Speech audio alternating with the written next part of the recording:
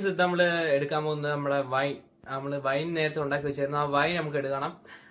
കുറെ പേര് നമ്മൾ കമന്റ് ചെയ്തായിരുന്നു ആ വൈൻ എടുക്കുന്നത് കാണിക്കണേ എന്ന്. അപ്പൊ എന്തായാലും നമുക്ക് വൈൻ പൊട്ടിക്കാം. ഒരു 2 ദിവസം കഴിഞ്ഞാൽ ന്യൂ ഇയർ ആണ്. അപ്പം ന്യൂ ഇയറിലേക്കുള്ള ഇതാണ് നമ്മൾ ചെയ്യാൻ പോകുന്നത്. എന്നിട്ട് കാണിക്കാം, അതിന്റെ ടേസ്റ്റ് നോക്കാം. ടേസ്റ്റിൽ കുറവുണ്ടെങ്കിൽ നമുക്ക് നോക്കണം. നമുക്ക് എല്ലാം ചെക്ക് ചെയ്യണം.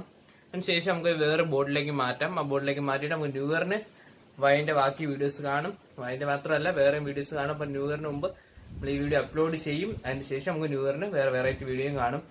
നമുക്ക് വൈൻ്റെ കാര്യങ്ങളിലേക്ക് നേരെ കടന്നാലോ. നമ്മുടെ വൈനാണിത്. നമുക്ക് വൈൻ നേരെ കുപ്പിയിലേക്ക് മാറ്റാം.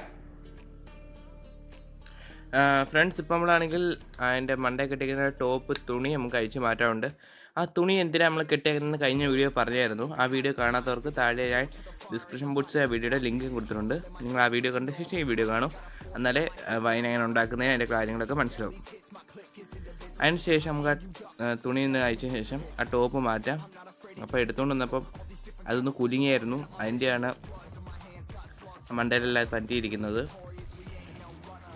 അതിനുശേഷം നമുക്ക് വേറെ ഒരു കപ്പ് എടുത്തതിന് ശേഷം നമുക്ക് ആ വൈൻ കുടത്തി മുക്കി ആ വൈൻ എടുത്തതിന് ശേഷം നമുക്കൊന്ന് അരിച്ചെടുക്കാറുണ്ട്. അപ്പോഴാണ് അതിൻ്റെ അകത്തുള്ള പൊടിയും ആ മുന്തിരിങ്ങയും എല്ലാം അതിൻ്റെ അകത്ത് നിന്നിരിക്കും. നമ്മളെടുത്തതെല്ലാം നമ്മൾ ഇത് മൊത്തം എടുക്കുന്നെങ്കിൽ ആ മൊത്തം നമുക്ക് ചരിച്ച് വയ്ക്കാവുന്നതാണ്. അല്ല നമ്മൾ കുറച്ച് എടുക്കുന്നുണ്ടെങ്കിൽ ഇതാണ് എളുപ്പമുള്ള പ്രോസസ്സിങ്. അത് ഏകദേശം ഞാൻ ഇപ്പോൾ ഒരു 4-5 കപ്പ് എടുക്കുന്നുണ്ട്. എന്നാലേ ഞാൻ ഇപ്പോൾ എടുത്തിരിക്കുന്ന കുപ്പി നിറഞ്ഞാവും. അതിനുശേഷം ബാക്കി നമ്മൾ അതേ കണക്ക് തന്നെ വെക്കുന്നുണ്ട്.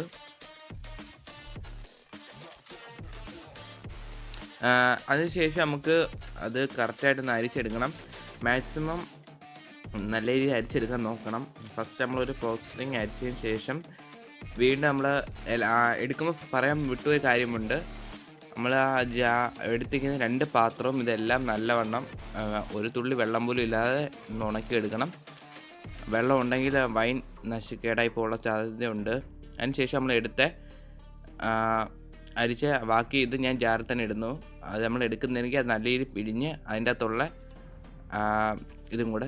ചാറും കൂടെ ഊറ്റിയെടുക്കേണ്ടതാണ്. അതിനുശേഷം നമ്മൾ അരിപ്പ് വെച്ച് ഒന്നും കൂടെ വേറെ പാത്രത്തിൽ ഒഴിക്കുന്നുണ്ട്. എൻ്റെ ഇപ്പോൾ ഫണലില്ലാത്തതുകൊണ്ടാണ് ഞാൻ ഇപ്പോൾ ഇങ്ങനെ ചെയ്യുന്നത്.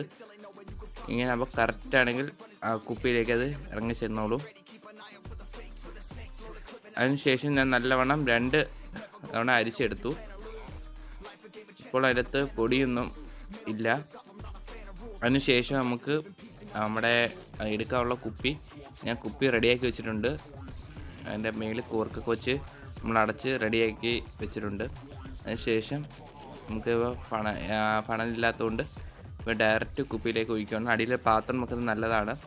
അപ്പോൾ ഒന്നും വൈൻ നേരെ തറ വീഴാതെ നേരെ പാത്രത്തിൽ തന്നെ വീണോളും. അപ്പം അത് തറയിലൊന്നും വീഴാതെ സൂക്ഷിച്ച് മാക്സിമം ഒഴിക്കണം. ഇപ്പോൾ ഒഴിക്കുമ്പം അങ്ങനെ അധികമൊന്നും തറയിൽ പോകുന്നില്ല. 1-2 തുള്ളിക്കേ പോകുന്നുള്ളൂ. ഇത് കൈ വിറയ്ക്കുന്നതിൻ്റെ ഇത് മാത്രമായിട്ടാണ്.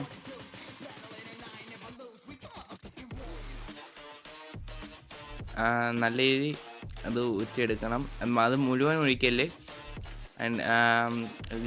ഒരു 1/4 ഭാഗം നമ്മൾ ഒഴിക്കാവൂ. അതിനുശേഷം നമ്മൾ അതിൻ്റെ അകത്ത് 1/4 ഒഴിച്ചതിന് ശേഷം നമുക്ക് അടച്ച് ആക്കി വെക്കാം. പിന്നെ നമുക്ക് എന്നാ അത് എടുക്കേണ്ടതെന്ന് വെച്ചാൽ അന്ന് എടുത്താൽ മതി. പിന്നെ ഞാൻ ഇപ്പോൾ എടുത്തത് കുറച്ച് ബാക്കി വന്നിട്ടുണ്ട്.